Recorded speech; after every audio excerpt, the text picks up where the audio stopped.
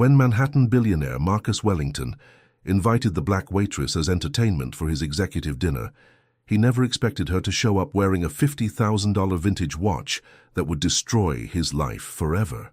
What happened next exposed a 20-year-old murder and turned New York's most exclusive club into a crime scene.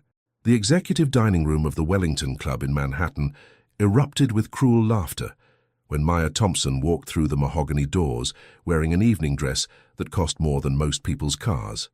It wasn't laughter of admiration. It was pure, calculated mockery. "Look who decided to grace us with her presence," Marcus Wellington whispered to his guests, raising his glass of Dom Perignon. "Our dear waitress, Maya." Maya was 34 years old and had never imagined she would step foot in that dining room as anything other than staff. For 3 years, she had served drinks in that very room, always invisible, always silent, watching these powerful men make deals while treating her like furniture. The invitation had arrived 2 days earlier, delivered with a smile she knew all too well. "Executive dinner on Saturday," Marcus had said, handing her the platinum envelope. "Dress code, black tie elegance. I'm sure you have something suitable in your closet, don't you?" The laughter of his colleagues echoed through the marble hallway. It was an obvious trap, an attempt to humiliate her publicly, to put her in her place in front of Manhattan's financial elite. Marcus had even invited business reporters to document what he called an educational evening. But Marcus Wellington didn't know two fundamental things about Maya Thompson. First, she had grown up in rooms like this long before she had to serve drinks to survive.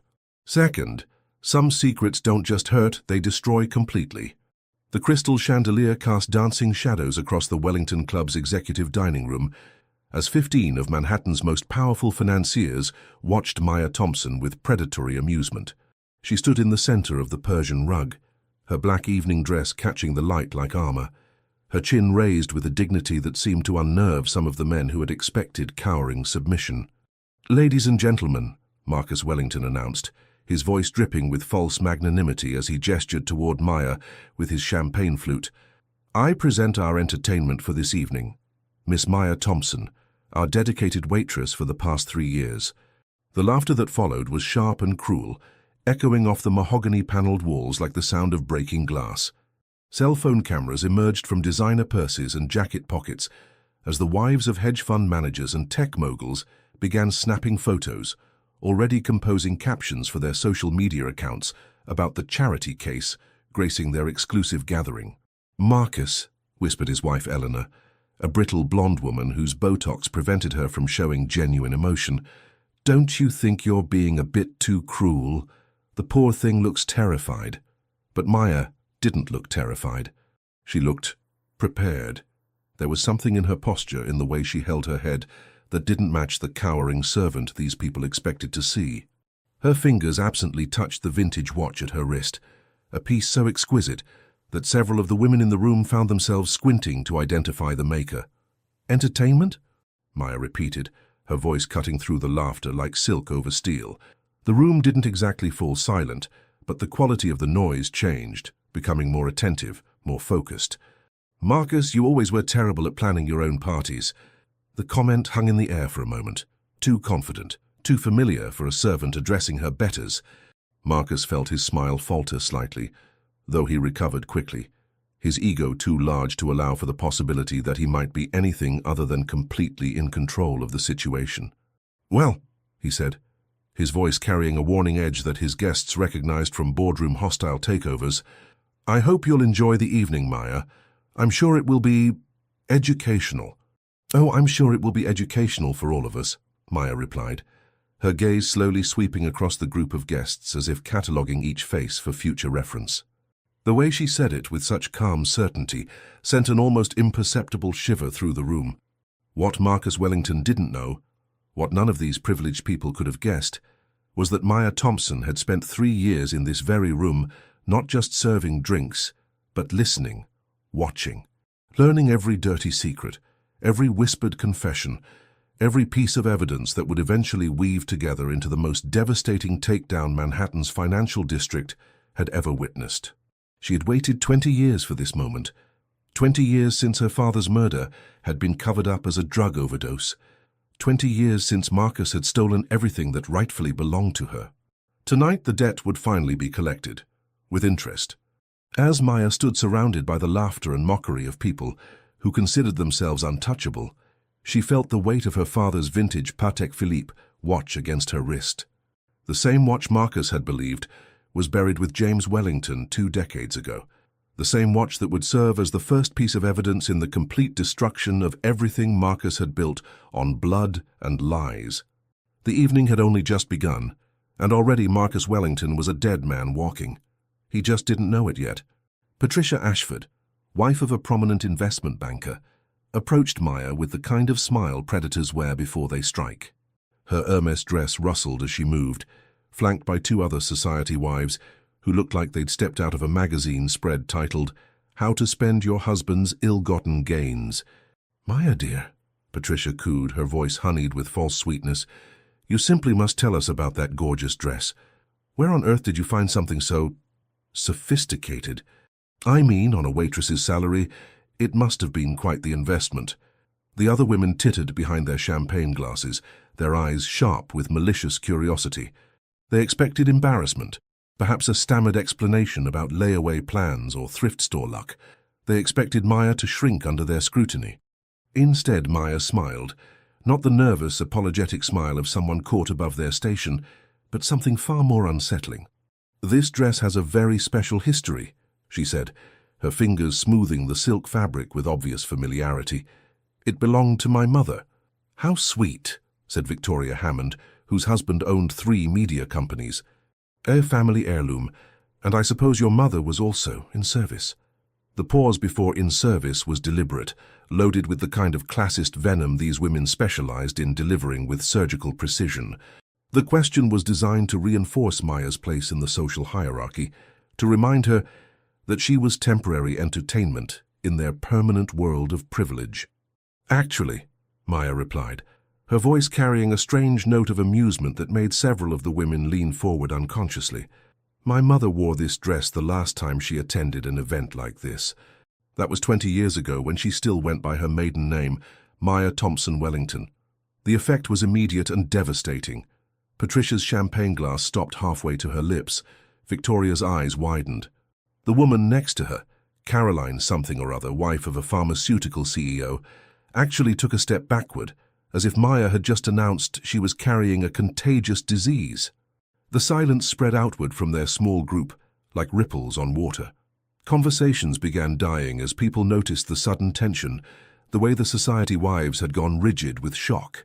Even the business reporters Marcus had invited began gravitating toward their corner of the room, their journalistic instincts sensing a story developing. "Thompson Wellington," Patricia repeated, her voice barely above a whisper. "But that's impossible. The Wellington family doesn't have any. I mean, Marcus would have mentioned." "Would he?" Maya asked, tilting her head with apparent curiosity. "So that's interesting, because I'm quite certain he's mentioned me. Perhaps not by name, but surely he's talked about his late Uncle James's complications." Across the room, Marcus Wellington was holding court with a group of tech executives, regaling them with some story about hostile takeovers, when he caught sight of the commotion around Maya. Something about the body language of the women, the way they were staring at his entertainment, made his stomach clench with uncharacteristic anxiety. He excused himself from his conversation and began making his way across the room, his Italian leather shoes clicking against the marble floor with increasing urgency. As he drew closer, he caught fragments of conversation that made his blood run cold. Wellington family, 20 years ago. James's daughter. No, it wasn't possible. Maya Thompson was nothing more than a waitress who'd needed a job 3 years ago.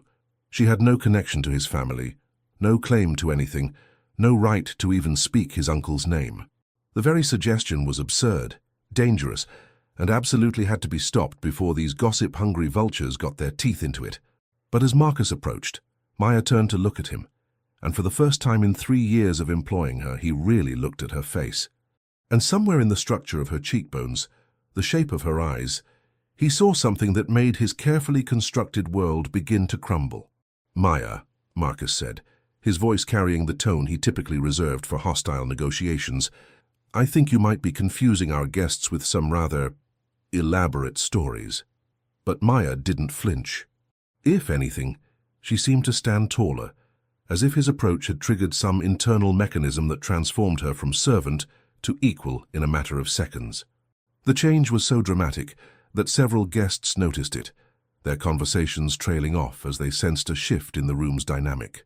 "Stories," Maya repeated, reaching into her small evening purse. "Oh, Marcus, I never tell stories, I deal in facts." She withdrew something that made Marcus's heart stop entirely. It was a watch. Not just any watch, but a vintage Patek Philippe Calatrava with a distinctive blue face and gold case. More importantly, it was engraved. Marcus knew this because he had seen that exact watch every day for the first 22 years of his life, until the day his Uncle James had supposedly died of a heroin overdose. The watch should have been buried with James. Marcus had made sure of it. "Where?" Marcus began, but his voice cracked. He cleared his throat and tried again, acutely aware that every person in the room was now watching their exchange with fascination. "Where did you get that?"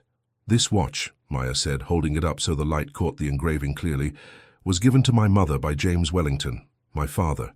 She paused, letting the words sink in before delivering the killing blow. "You know your Uncle James? The one you told everyone died alone and childless?" The gasps that followed were audible. Patricia Ashford actually dropped her champagne glass, the crystal shattering against the marble floor with a sound like breaking bones. Eleanor Wellington, who had been approaching to see what was causing such a stir, froze mid-step, her face draining of color. "That's impossible," Marcus said, but his voice lacked conviction. "My uncle never... He didn't have any children." "You're lying." "Am I?" Maya asked, and now her voice carried an edge of danger that made several people instinctively step back. "Then how do I have this watch, Marcus? How do I know about the blue sapphire cufflinks he wore to board meetings? How do I know about the scar on his left hand from the sailing accident when he was 12? Each detail was like a physical blow. Marcus actually staggered, his face going white as he realized that Maya wasn't guessing. She was remembering. She was talking about things only family would know, intimate details that had never been written down anywhere, secrets that had died with James. Or so Marcus had thought. "You see," Maya continued, her voice carrying clearly across the now silent room, "James Wellington had an affair with my mother, Isabella Thompson, for 5 years. When she got pregnant with me, he promised to take care of us.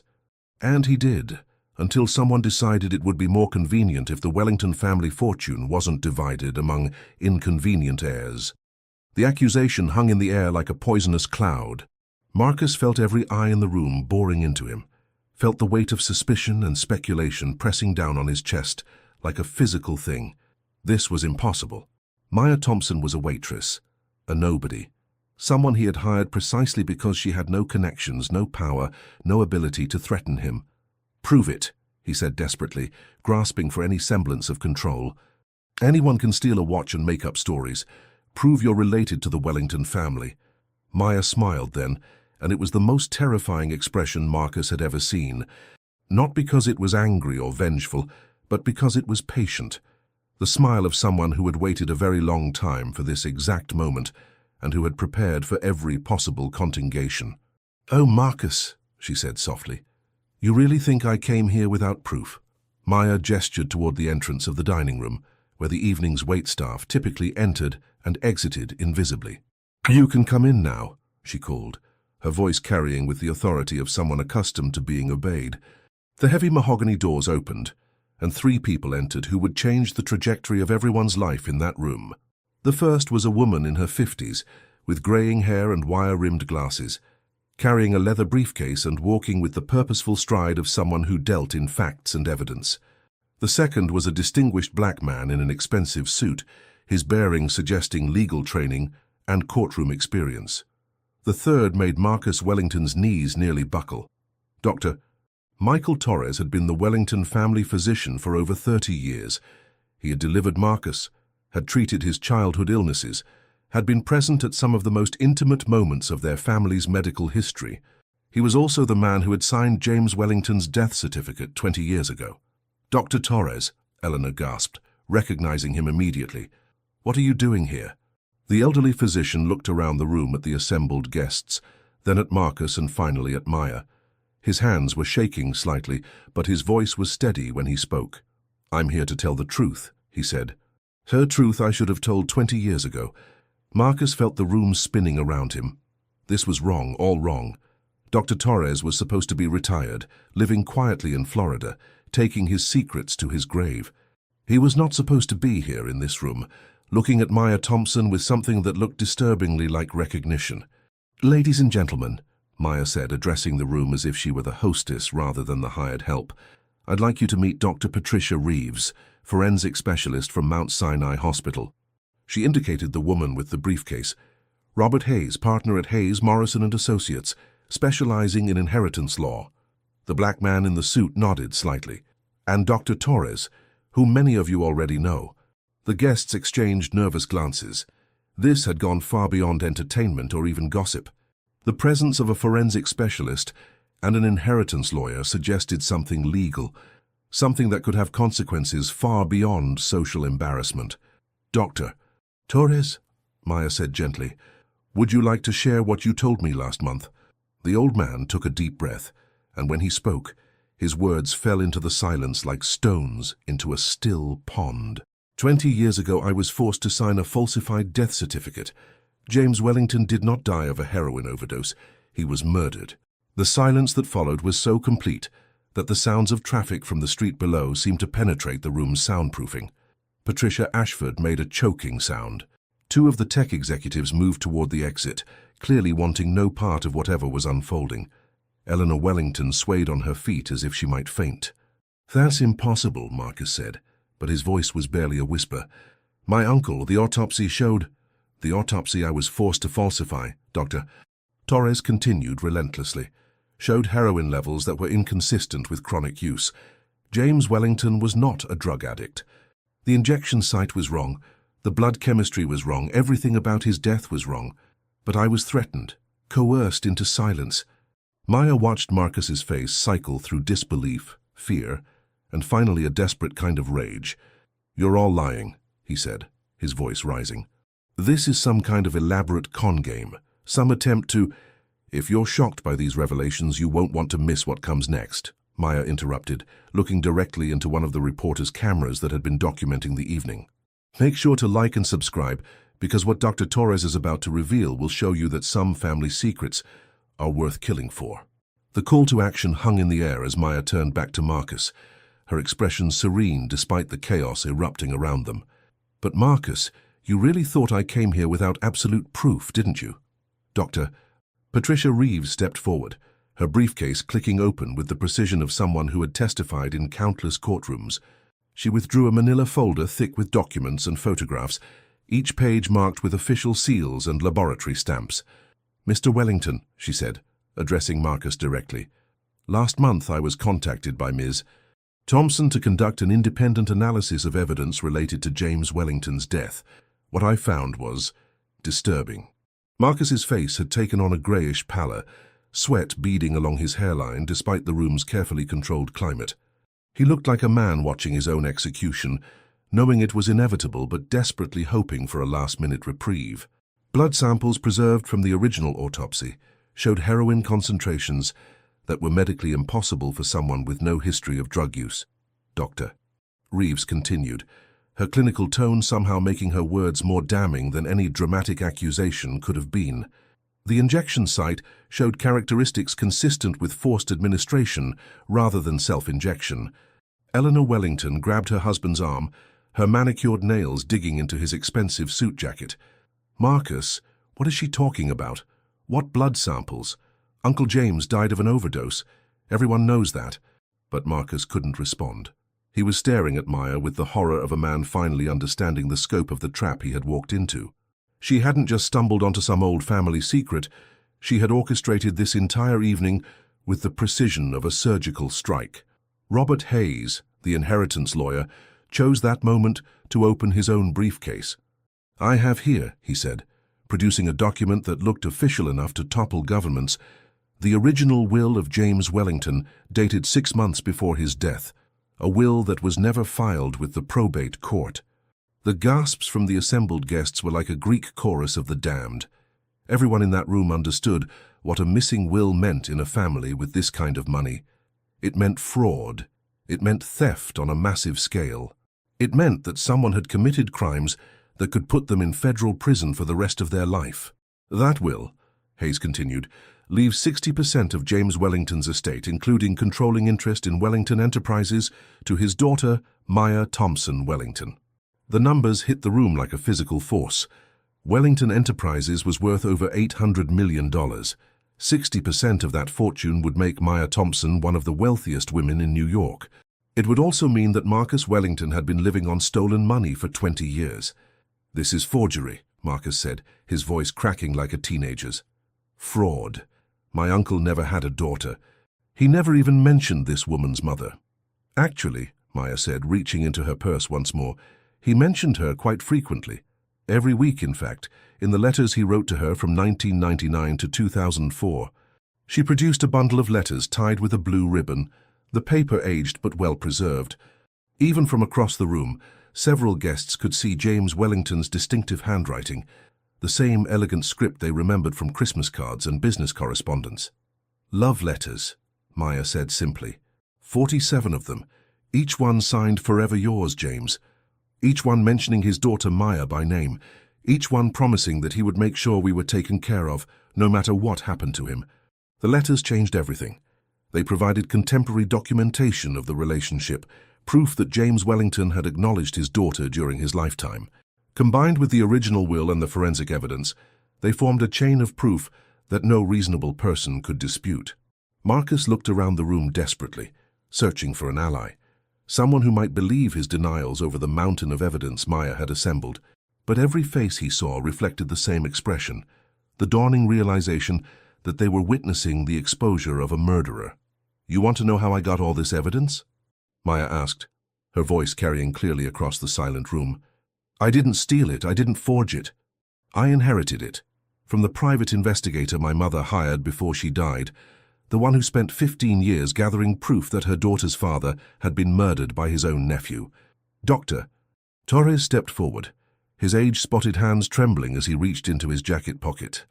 What he withdrew was small but damning, a digital recorder, its red light blinking to indicate that it was currently recording the conversation. "For 20 years, he said, his voice gaining strength as he spoke, "I have lived with the knowledge that I helped cover up a murder.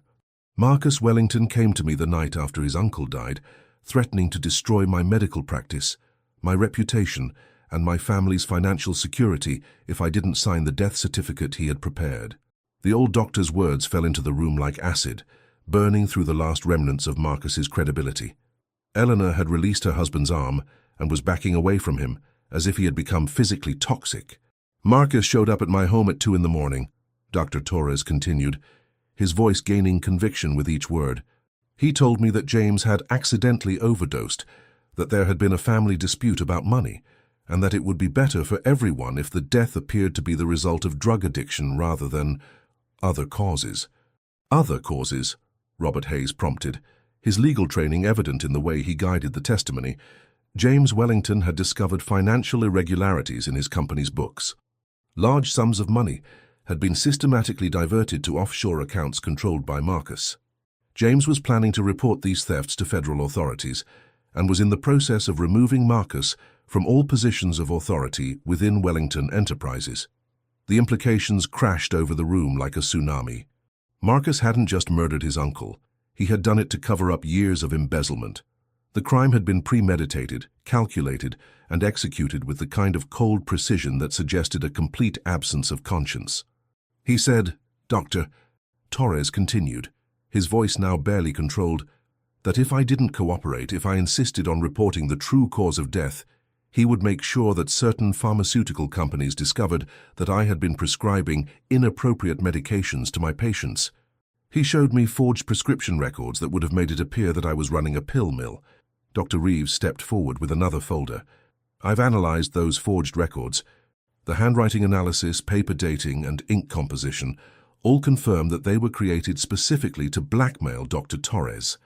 Marcus Wellington had prepared an elaborate frame-up to ensure the doctor's cooperation." Maya watched Marcus's face cycle through the stages of a man realizing that his 20-year house of cards was collapsing. The arrogance was gone, replaced by something that looked almost like relief. The relief of a man who had been carrying an unbearable secret for 2 decades and was finally being forced to confront it. "The night James died, Dr. Torres said, his voice dropping to almost a whisper. "Marcus called me at 11 p.m. He said there had been an accident, that his uncle had collapsed, and that I needed to come immediately. When I arrived at the Wellington estate, James was already dead.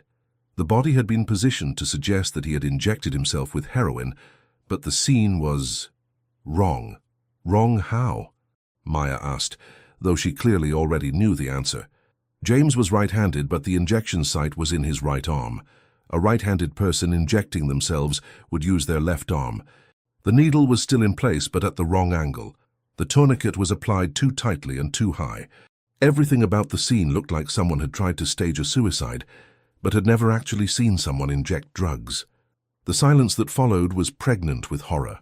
Everyone in the room was beginning to understand, not just that Marcus had committed murder, but that he had done it badly, relying on Dr.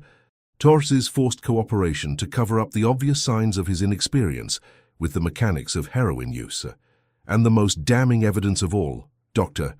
Torres said, looking directly at Marcus with something that might have been pity, was the recording device James was wearing.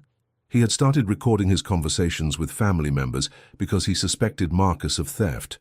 The device captured his own murder. Maya reached into her evening bag one final time and withdrew something that made Marcus Wellington's last hope die completely. A small digital recorder, identical to the one Dr.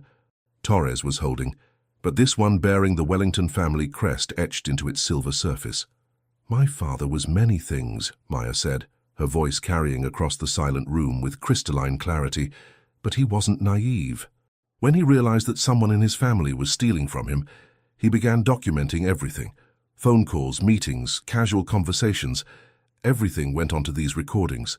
She held up the device like a prosecutor presenting evidence to a jury. "This particular recorder contains the last conversation James Wellington ever had. Would you like to hear it, Marcus?" Marcus's face had gone beyond pale into something approaching grey. He looked like a man watching his own ghost, confronting evidence of a crime he had convinced himself might never surface. "Please," he whispered, and for the first time that evening he sounded genuinely human rather than like the corporate predator he had become. "Please what?" Maya asked, her voice devoid of sympathy. "Please don't play the recording of you murdering my father. Please don't expose 20 years of lies. Please don't destroy the empire you built on blood money." She pressed play. James Wellington's voice filled the room, warm and alive despite being 20 years dead. The quality was excellent.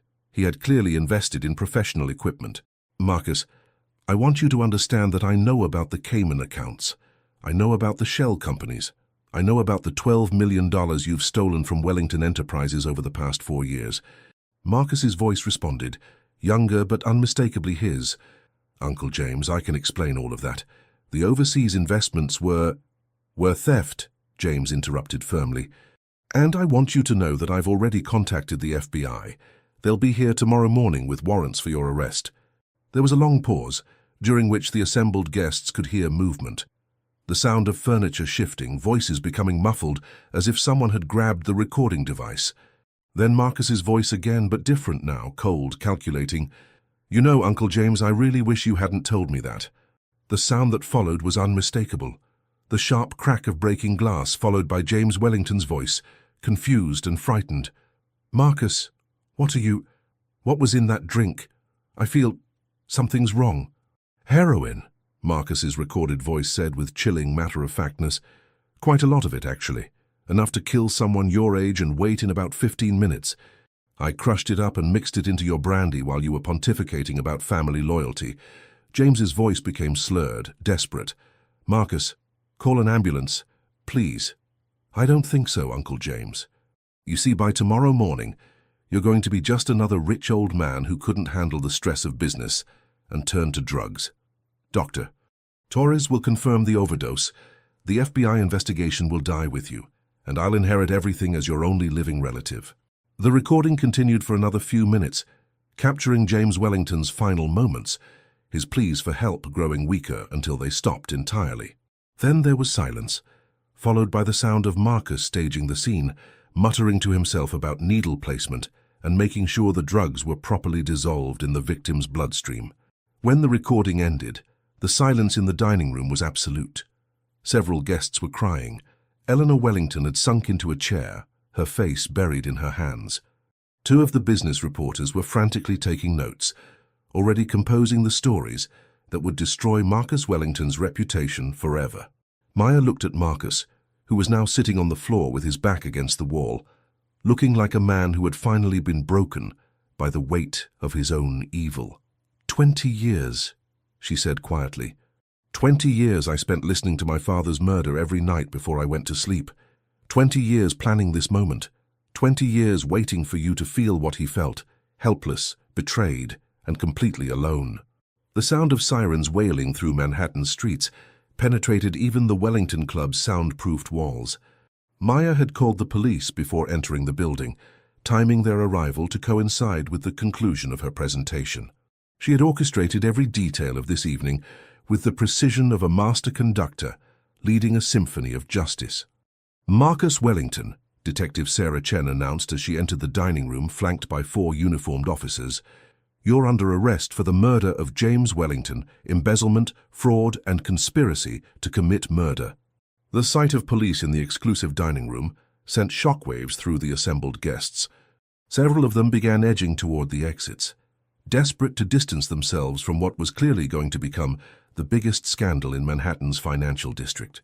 Others remained frozen in place, watching with morbid fascination as one of their own was reduced from master of the universe to common criminal in the space of a single evening. Marcus didn't resist as the handcuffs clicked around his wrists. He seemed to have aged a decade in the past hour, his expensive suit hanging on his frame like borrowed clothes, his carefully maintained facade of success crumbling to reveal the frightened, pathetic man underneath. Eleanor Wellington approached the detective with desperation in her eyes. "Officer, there must be some mistake. My husband couldn't have... He wouldn't... Erskie's..." But her voice trailed off as she realized that she had just heard her husband confess to murder in his own voice, captured on a recording that would undoubtedly be played in courtrooms for years to come. "Ma'am?" Detective Chen said gently. "We have a confession, multiple witnesses, forensic evidence, and 20 years of financial records showing systematic theft. This isn't a mistake." As Marcus was led away, he stopped in front of Maya one last time. "You could have just asked for money," he said, his voice hollow. "You could have blackmailed me. Why destroy everything?" Maya looked at him with something that might have been pity if it hadn't been tinged with steel. "Because money doesn't bring back the dead, Marcus. And because some crimes are too big for blackmail, they require justice." The reporters were already filing their stories, their phones buzzing with calls from editors who had gotten wind of the biggest story to hit New York's financial elite in decades. By morning, Marcus Wellington's arrest would be front-page news around the world. Robert Hayes approached Maya with a document that would change her life forever. "Miss Wellington," he said, using her legal name for the first time, "as of this moment you are the majority owner of Wellington Enterprises. The company's board of directors will need to meet tomorrow morning to discuss the transition of leadership." Maya nodded, her composure never wavering despite the magnitude of what had just occurred. "The transition will be smooth," she said. "I've been preparing for this responsibility my entire life." Dr. Torres, who had been standing quietly in the corner, approached with tears in his eyes. "Miss Wellington, I want you to know that testifying tonight, it was the first time in 20 years that I've felt like a doctor again. Thank you for giving me the chance to finally do the right thing." As the last of the police officers left with their prisoner, Maya turned to address the remaining guests, many of whom were still staring at her with a mixture of awe and terror. "If this story of justice and redemption has moved you," she said, looking directly into the remaining camera, "please share this video so that others can see what happens when powerful people believe they're above the law. Sometimes the most dangerous person in the room is the one everyone has chosen to ignore." The call to action felt natural, organic, not like a commercial interruption, but like a rallying cry for anyone who had ever been underestimated, dismissed, or treated as invisible by those who believed their money made them untouchable. Maya Thompson Wellington had waited 20 years for this night. Now the real work of justice was just beginning. The Wellington Club's executive dining room had been transformed into a crime scene in the span of 2 hours.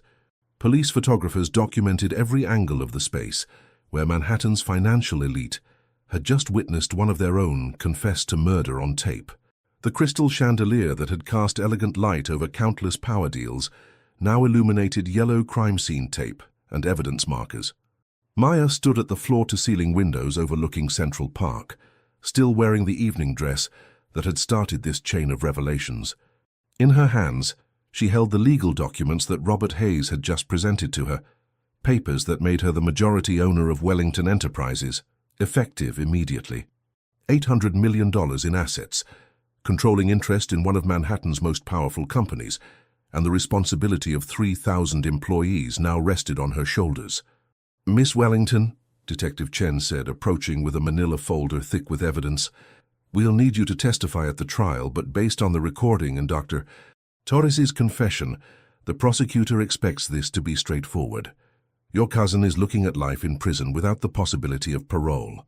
Eleanor Wellington sat collapsed in one of the leather chairs, her designer makeup streaked with tears, as she processed the complete destruction of her life. Her phone had been buzzing incessantly with calls from reporters, friends and family members who had seen the story breaking on social media. By morning, every news outlet in the country would be running the story of the Wellington Club confession. "Maya," Eleanor said, her voice barely above a whisper, "I need you to know that I never suspected anything. The money, the lifestyle, the respect Marcus commanded in business circles, I thought it was all legitimate. I raised my children believing their father was a successful businessman, not a murderer." Maya turned from the window, studying the woman who had unknowingly benefited from blood money for 15 years. "I believe you, Eleanor. You and your children were victims too, in your own way. Marcus stole from all of us. He stole my father, my inheritance, and your family's integrity." Robert Hayes was busy coordinating with the Wellington Enterprises Board of Directors, all of whom were demanding emergency meetings to address the crisis.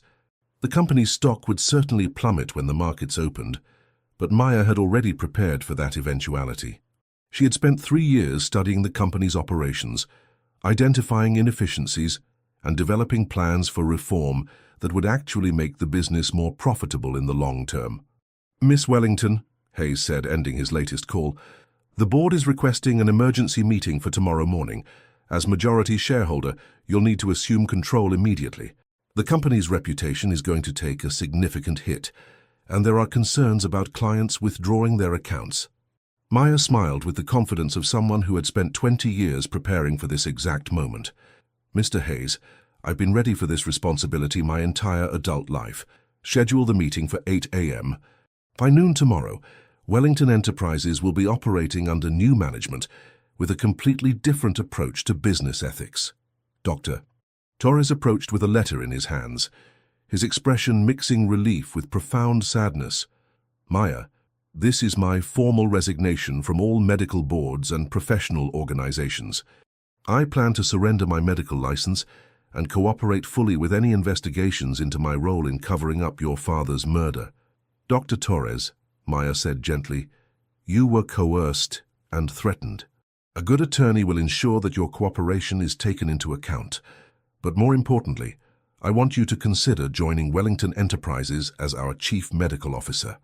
We're going to need someone with your experience to design comprehensive healthcare programs for our employees." The offer stunned the elderly physician. "You would trust me with that responsibility? After what I did?"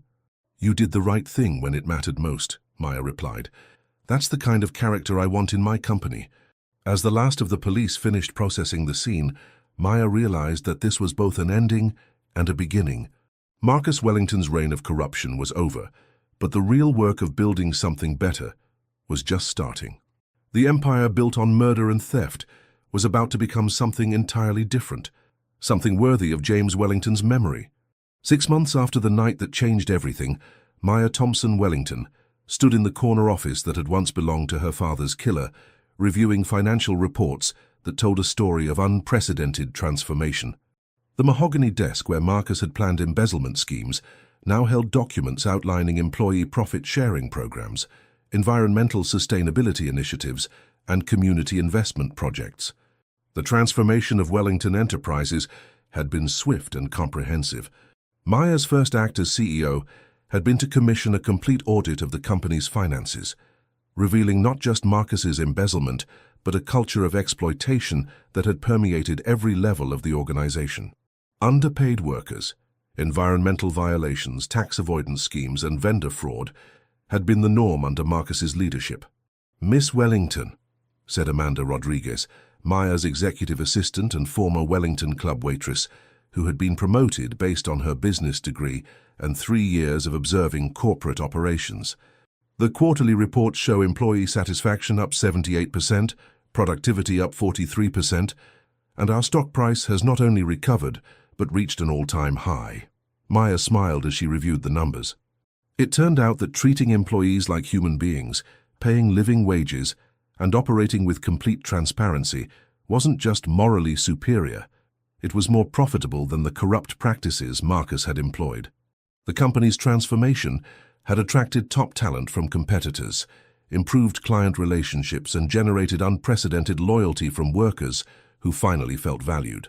The wall that had once displayed Marcus's collection of expensive art now showcased awards for workplace diversity, environmental stewardship, and community impact. Wellington Enterprises had become the first major financial services company to achieve B Corporation certification, meeting rigorous standards for social and environmental performance. "The employees want to present you with something," Amanda continued, gesturing toward the door where a small group of workers had gathered. "They pooled their resources to commission a portrait of your father for the main lobby. They wanted to honor the man whose vision you're finally implementing." Maya felt tears spring to her eyes as she saw the oil painting of James Wellington, depicted not as the victim of murder, but as the visionary leader he had been intended to become. The inscription read, "James Wellington, 1961-2004, whose vision of ethical leadership lives on through his daughter." The company's workforce had grown from 3,000 to nearly 5,000 employees, as Maya expanded operations while maintaining her commitment to fair wages and comprehensive benefits.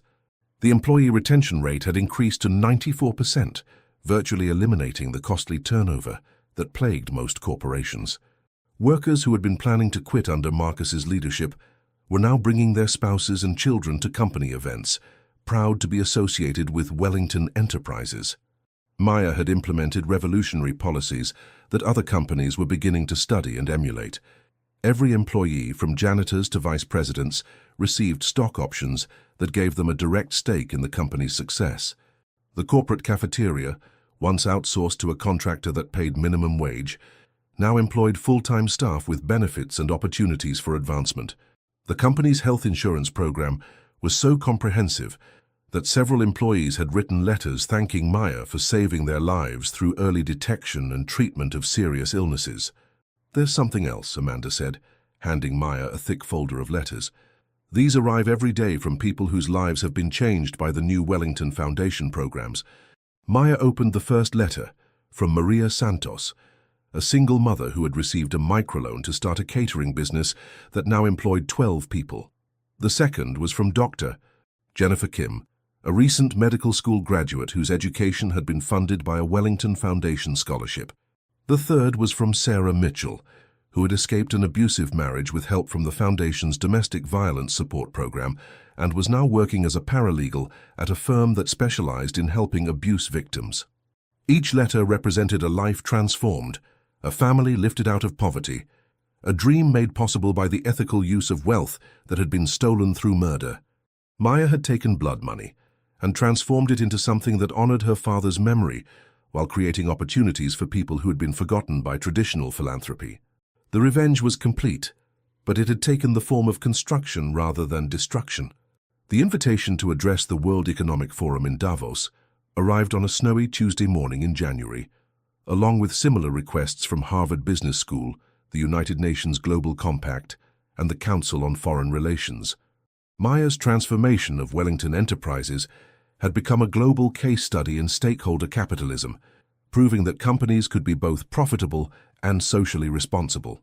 "The speaking requests are becoming overwhelming," Amanda observed, sorting through invitations from organizations around the world. "You've got 3 universities this month, plus the European Union wants you to testify about corporate accountability legislation." Maya reviewed the latest international expansion reports, while considering which invitations to accept. Wellington Enterprises now operated in 12 countries, employing over 15,000 people, and supporting countless more through its supply chain and community investment programs. The company's commitment to paying living wages had forced competitors to raise their own standards, creating a ripple effect that was improving working conditions across entire industries.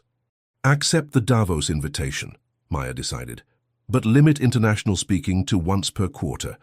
I want to remain focused on running the company, not becoming a professional speaker circuit celebrity. The real measure of Maya's global impact wasn't the speaking invitations or media coverage. It was the Wellington model, a comprehensive framework for ethical business that over 200 companies worldwide had adopted in whole or in part. The model emphasized employee ownership, community investment, environmental sustainability, and radical transparency in all business dealings. Dr. Torres entered with his monthly wellness report, documenting the remarkable improvements in employee health since Maya had implemented comprehensive healthcare, mental health support, and workplace wellness programs. The data was so impressive that medical researchers were studying Wellington Enterprises as a model for corporate wellness initiatives. Maya, Dr. Torres said, settling into the chair across from her desk. I have news about Marcus.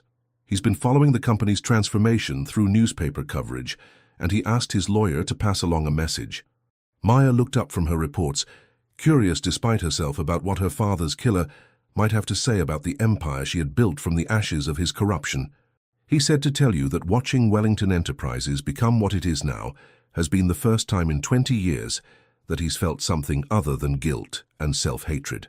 He said he finally understands what his Uncle James was trying to build, and that he's grateful you found a way to honor that vision, despite what he did. Maya was quiet for a long moment, processing the unexpected message. That's complicated, she said finally. I don't need his approval or his gratitude, but I suppose it's good that he can see the difference between leadership and exploitation. The phone rang, interrupting her thoughts. Amanda's voice came through the intercom. It's the Secretary General of the United Nations. She wants to discuss the possibility of Wellington Enterprises leading a new initiative on corporate responsibility in developing countries. Maya smiled as she took the call. The girl who had once served drinks to Manhattan's elite was now being asked to help reshape global capitalism. It was a responsibility she took seriously, knowing that every decision she made would affect not just her own employees, but workers around the world who were watching to see if the Wellington model could be successfully exported to different cultures and economic systems. Secretary General, Maya said, accepting the call, I'd be honored to discuss how Wellington Enterprises can contribute to global economic justice. The conversation that followed would lead to partnerships with organizations in Africa, Asia, and South America, spreading the Wellington model's emphasis on worker dignity and community investment to regions where such concepts were desperately needed. Maya's father had been murdered to prevent him from reforming one company, but his daughter was now helping to reform global capitalism itself. The most dangerous person in the room, Maya reflected, was indeed the one everyone chose to ignore, until they chose to stop being invisible and start changing the world. 2 years after the Wellington Club confession, Maya Thompson Wellington stood before an audience of 500 business leaders at the United Nations headquarters, delivering a keynote address that would be watched by millions around the world. The woman who had once been dismissed as entertainment was now recognized as one of the most influential voices in global business ethics. The greatest tragedy of my father's murder, Maya said, her voice carrying clearly across the assembly hall, wasn't just the loss of his life. It was the 20 years of positive impact that died with him. The innovations that weren't developed, the communities that weren't supported, the lives that weren't transformed because one man chose greed over responsibility. The audience listened with rapt attention as Maya outlined the Wellington Principles, a comprehensive approach to business that had been adopted by over 500 companies worldwide, creating a new standard for corporate responsibility that prioritized people and planet alongside profit. Business leaders often claim that they can't afford to treat workers fairly or invest in their communities, Maya continued. But our success proves the opposite. Wellington Enterprises is more profitable today than it was under my father's killer, and we achieved that profitability while paying living wages, providing comprehensive benefits, and investing 30% of our profits in community development. The statistics were undeniable. Wellington Enterprises had achieved the highest employee satisfaction rating in its industry, the lowest carbon footprint, and the strongest financial performance in the company's history.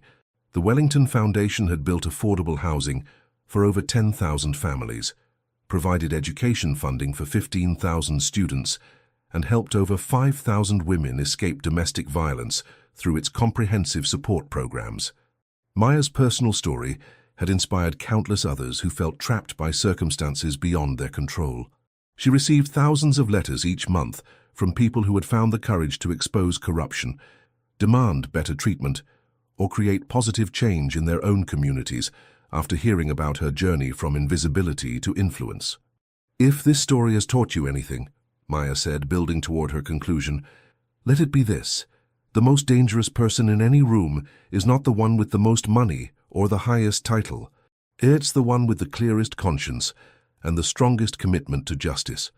When you build power on a foundation of integrity rather than exploitation, that power multiplies and transforms everything it touches." The standing ovation lasted several minutes, but Maya's attention was focused on the global audience watching the live stream. Among those millions of viewers might be someone who needed to hear that change was possible, that justice could prevail, and that even the most powerless person could become an agent of transformation. After the speech, Maya was approached by a young woman who looked remarkably familiar. Black, determined, carrying herself with the quiet dignity of someone who had survived more than most people her age should have to endure. "Miss Wellington," the woman said, "my name is Sarah Chen and I work as a data analyst at Goldman Sachs. I've discovered evidence of systematic fraud in the company's cryptocurrency trading division, and I need advice on how to expose it without destroying my career." Maya smiled, seeing herself in the young woman's courage and determination. The cycle was continuing, and each person who found the strength to speak truth to power was proof that her father's vision of ethical leadership was spreading beyond Wellington Enterprises to transform the entire business world. "Let's talk," Maya said, handing Sarah her card. "And remember, if this story of justice and transformation has inspired you to make your own positive change, please share it with others who might need to hear it. Sometimes the person who most needs courage is the one everyone has chosen to ignore, until they choose to stop being invisible." The legacy of James Wellington lived on, not in the money he had left behind, but in the movement for justice that his daughter had built from the ashes of his murder. The most powerful revenge, Maya had proven, wasn't destroying those who hurt you. It was building something so magnificent that their crimes became merely the prologue to a story of triumph. The media explosion following Maya's UN speech was unprecedented. Within hours, as Wellington Principles was trending on every social platform, with business leaders, activists, and ordinary workers sharing their own stories of workplace exploitation and corporate corruption.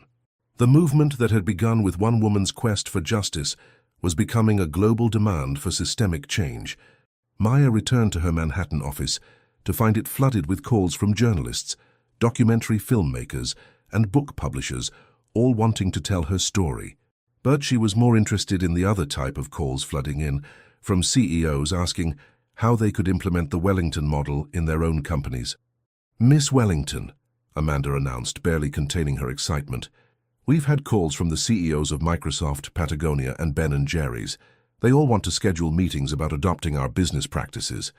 And the Harvard Business Review wants to do a cover story about stakeholder capitalism." The transformation Maya had achieved at Wellington Enterprises was being studied in business schools around the world as proof that ethical practices weren't just morally superior, they were a competitive advantage. Companies that treated workers fairly, invested in their communities, and operated with radical transparency were outperforming their exploitative competitors across every metric that mattered. Dr. Torres entered with news that would provide closure to one of the most painful chapters of this story. "Maya, I just received word from the prosecutor's office. Marcus has been sentenced to life in prison without the possibility of parole. Between the murder charge, the embezzlement convictions, and the racketeering charges related to his threats against me, he'll never see freedom again." Maya nodded, feeling a complex mix of emotions. Justice had been served, but it brought less satisfaction than she had expected. Marcus Wellington would spend the rest of his life in a cage, while she had built something beautiful from the ashes of his corruption. Which of them had truly won seemed obvious. "There's something else," Dr. Torres continued. "Marcus asked his lawyer to arrange for him to donate his body to medical science when he dies. He said it was the only way he could think of to contribute something positive to the world after what he'd done." The gesture, however small, suggested that even Marcus had been changed by witnessing the transformation his crimes had ultimately enabled. Evil had not triumphed. It had been transformed into something good through Maya's refusal to let hatred define her response to injustice. Eleanor Wellington, who had rebuilt her life as an advocate for families affected by white-collar crime, called to congratulate Maya on the UN speech. "I watched it with my children," Eleanor said. "They're proud to carry the Wellington name now, knowing it represents justice rather than corruption. Thank you for showing them what ethical leadership looks like." Eleanor's children, now adults, had chosen careers in public service and social work, determined to use their privilege to help others rather than exploit them. They visited the Wellington Foundation regularly, volunteering with programs that supported domestic violence survivors and provided education funding for disadvantaged students. The ripple effects of Maya's transformation of Wellington Enterprises were spreading far beyond the business world. Universities were adding courses on stakeholder capitalism to their curricula. Politicians were proposing legislation based on the Wellington principles. Religious leaders were citing Maya's story as an example of how faith could be expressed through ethical business practices. "Maya," Amanda said, reviewing the day's correspondence, "there's one more thing. A letter arrived this morning from a group of employees at Wells Fargo. They're organizing to demand better working conditions and want to know if you'll support their efforts." Maya smiled, remembering her own days as an invisible worker, whose concerns were dismissed by powerful men in expensive suits. "Schedule a conference call with their organizing committee," she said, "and make sure they know that Wellington Enterprises stands with any worker who has the courage to demand dignity and fair treatment." The revolution was spreading, one workplace at a time, one worker finding their voice at a time, one act of courage inspiring another. The federal courthouse in Lower Manhattan was packed with reporters and spectators on the day Marcus Wellington's various criminal trials concluded. Over the course of 18 months, he had been convicted on charges ranging from first-degree murder to racketeering, embezzlement, tax evasion, and conspiracy. Each verdict had been unanimous. Each sentence had been the maximum allowed by law. Maya sat in the front row of the courtroom, not out of vindictiveness, but out of a desire to witness the complete application of justice. Beside her sat Dr. Torres, Eleanor Wellington, and representatives from the families of other Wellington Enterprises employees who had suffered under Marcus's corrupt leadership. The courtroom was filled with people whose lives had been touched by his crimes and Maya's subsequent transformation of the company. Judge Patricia Morrison, a stern woman with 30 years of experience in federal criminal law, delivered the final sentencing with the gravity befitting such serious crimes. "Mr.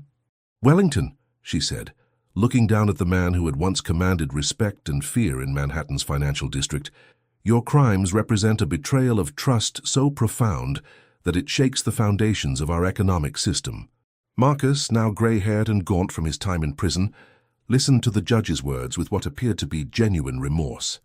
The arrogant executive who had once invited Maya to humiliate her had been replaced by a broken man who seemed to finally understand the magnitude of his crimes. The murder of James Wellington was not a crime of passion, but a calculated act of greed, Judge Morrison continued. Your subsequent efforts to cover up that murder through intimidation and fraud demonstrate a pattern of behavior that cannot be tolerated in a civilized society. You are hereby sentenced to life imprisonment without the possibility of parole on the murder charge, to be served consecutively with sentences totaling an additional 45 years for your financial crimes. The gavel fell with finality, officially ending Marcus Wellington's freedom forever. As he was led away in shackles, he turned to look at Maya one last time. Their eyes met across the courtroom, and in that moment, Maya saw not the monster who had destroyed her family, but a cautionary tale about what happened when greed replaced humanity in a person's heart. Outside the courthouse, Maya was surrounded by reporters asking for her reaction to the sentencing. "Justice has been served," she said simply. But true justice isn't just about punishment. It's about ensuring that the conditions that allowed these crimes to occur are changed so they can never happen again. Robert Hayes approached with documents that would finalize the last legal aspects of Maya's inheritance. All of Marcus's remaining assets had been liquidated and distributed to his victims, with the largest portion going to Maya as James Wellington's heir. The money would be added to the Wellington Foundation's endowment, ensuring that the organization could continue its work indefinitely. "Miss Wellington," Hayes said, "with these final asset transfers, you are now officially one of the wealthiest women in America. More importantly, you've built that wealth on a foundation that will benefit thousands of people for generations to come." Maya accepted the documents with the same calm dignity she had shown throughout the long legal process. The little girl who had grown up poor because of Marcus's greed was now a billionaire. But more importantly, she was a billionaire who understood that wealth meant responsibility rather than privilege. Dr. Torres, who had testified against Marcus despite the personal cost, approached with tears in his eyes. "Maya, testifying in this trial was the most difficult thing I've ever done, but also the most important. Your father would be proud of the justice you've achieved, not just for your family, but for everyone who was harmed by Marcus's corruption." The legal proceedings were over, but the work of building a more just and equitable business world was just beginning. Maya had proven that it was possible to transform blood money into a force for good, and hundreds of other business leaders were now following her example. Justice, it turned out, was not just about punishment, it was about transformation. 5 years after Marcus Wellington's conviction, Maya stood before the Economic Club of New York, addressing an audience that included many of the same business leaders who had once dismissed her as mere entertainment. The irony was not lost on anyone in the room. The woman they had mocked was now being asked to lead a transformation of American capitalism itself. "The Wellington Principles have been adopted by over 800 companies worldwide," Maya announced, gesturing to a presentation showing the global spread of ethical business practices. "These companies collectively employ over 2 million people and have demonstrated that stakeholder capitalism isn't just morally superior, it's more profitable than the exploitative practices they replaced." The numbers were staggering. Companies that implemented the Wellington model had seen average productivity increases of 40%, employee retention rates above 90%, and customer loyalty that translated directly into superior financial performance. The myth that businesses had to choose between profits and principles had been thoroughly debunked. Wellington Enterprises itself had become the gold standard for ethical business practices. The company now operated in 18 countries, employed over 25,000 people, and had achieved carbon neutrality while maintaining industry-leading profitability. Every employee, from janitors to executives, owned stock in the company and received comprehensive benefits that included healthcare, education funding, and retirement security. "The transformation of our business culture requires more than individual companies adopting ethical practices," Maya continued. "It requires systemic changes in how we educate future business leaders, how we regulate corporate behavior, and how we define success in a market economy." Maya's influence had extended far beyond the business world. The Wellington Institute for Business Ethics, established at Columbia University with a $50 million endowment, was training a new generation of leaders who understood that business could be a force for social good. The Institute's graduates were spreading throughout corporate America, carrying with them a commitment to stakeholder capitalism that was slowly but steadily changing the culture of entire industries. "If this story of systemic transformation has inspired you," Maya said, looking directly into the cameras broadcasting her speech globally, "please share it with others who might need to see that change is possible. Every person who chooses integrity over exploitation brings us closer to an economy that serves everyone, not just the wealthy few." The call to action was more than just words. It was part of a movement that had grown far beyond Maya's individual story. The Wellington Principles hashtag had become a rallying cry for workers demanding better treatment, investors seeking socially responsible companies, and consumers choosing to support businesses that aligned with their values. Dr. Torres, now serving as the founding director of the National Institute for Corporate Wellness, had documented the health benefits of ethical business practices. Companies that treated workers with dignity had significantly lower rates of stress-related illness, mental health problems, and workplace injuries. The cost savings from healthier, happier employees often exceeded the investments required to improve working conditions. Maya, Dr. Torres said after her speech, "I wanted you to know that the medical community is now studying the Wellington model as a public health intervention. The evidence is clear that ethical business practices don't just improve workers' economic conditions, they literally save lives."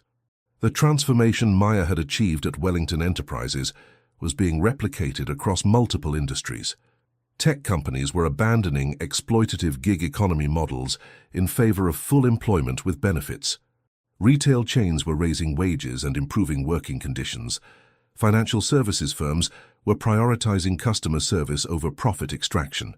Amanda Rodriguez, who had been promoted to Chief Operating Officer of Wellington Enterprises, brought Maya the latest employee satisfaction surveys. 97% positive ratings, Amanda announced with pride. "And we've received over 5,000 applications from executives at other companies who want to work for an organization that aligns with their values." The movement that had begun with one woman's quest for justice had become an unstoppable force for systemic change.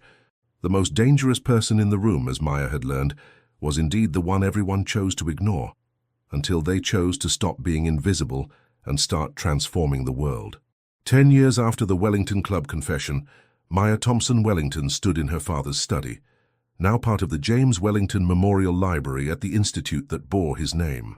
The room where he had been murdered had been transformed into a space dedicated to educating future leaders about the importance of ethical business practices and social responsibility.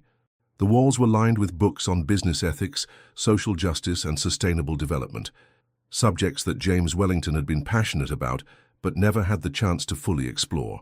His desk, preserved exactly as he had left it the night he died, displayed the original business plan for what Wellington Enterprises was meant to become, a company that proved business could be both profitable and socially beneficial. Maya's 2 adopted daughters, now teenagers, were working on their homework at the same table, where their grandfather had once planned strategies that would have transformed corporate America decades earlier. Lisa, 17, was writing her college application essay about the responsibility that came with inherited wealth. Grace, 15, was designing a business plan for a social enterprise that would provide job training for formerly incarcerated individuals. "Mom," Lisa said, looking up from her laptop, "my guidance counselor says I could get into any business school in the country because of who you are. But I want to earn my place based on merit, not connections." Maya smiled, proud of her daughter's integrity and determination. "The fact that you understand the difference between privilege and merit tells me you're already ready for whatever challenges await you in college and beyond." The girls knew their family's history. They understood that they lived in a house built with money reclaimed from a murderer, attended schools funded by the transformation of blood money into educational opportunities. But they also knew that Maya had used that dark inheritance to create something beautiful, a foundation that had helped over 50,000 families escape poverty, a company that employed 30,000 people with dignity and fair wages, and a movement that had transformed how business was conducted around the world. Dr. Torres, now 87 and officially retired but still serving as an advisor to the Wellington Institute, entered the study with his daily report on the Foundation's activities. Despite his age, he remained energetic and committed to the work that had given his life meaning, after decades of carrying the guilt of his forced complicity in James Wellington's murder. "Maya," he said, settling into his favorite chair by the window, "the Foundation's annual report is ready for your review. This year we provided housing assistance to 8,000 families, education funding to 12,000 students, and comprehensive support services to 3,000 domestic violence survivors. The numbers represented lives transformed, families lifted out of poverty, dreams made possible by the ethical use of wealth that had been stolen through murder. Each statistic in the report represented a person who had been given hope and opportunity, because Maya had chosen construction over destruction, justice over revenge. There's something else, Dr. Torres continued, his voice taking on a note of wonder that hadn't diminished, despite years of witnessing the foundation's impact. We received a letter from Sarah Chen, the young woman who came to you for advice about exposing fraud at Goldman Sachs. She successfully brought down a massive cryptocurrency manipulation scheme, and now she's starting her own ethical investment firm using the Wellington principles. Maya felt a deep satisfaction that had nothing to do with personal achievement and everything to do with legacy. The courage she had modeled by exposing Marcus's crimes was inspiring others to find their own strength, to speak their own truth to power, to transform their own corners of the world. As evening fell over Manhattan, Maya stood at the window watching the city lights begin to twinkle like earthbound stars. Somewhere out there, in offices and factories and service industries across the globe, millions of people were going home from jobs that treated them with dignity because one woman had refused to let her father's murder be the end of his story. The most dangerous person in the room, Maya had proven, was indeed the one everyone chose to ignore, until they chose to stop being invisible and start changing the world, one act of courage at a time. Thank you for watching this incredible story of justice and transformation. If you liked this video, subscribe to our channel and shared it with others. You're helping to spread these powerful messages of courage and hope to people who need to hear them most. Until next time, remember that your voice matters, and your story could be the one that changes everything.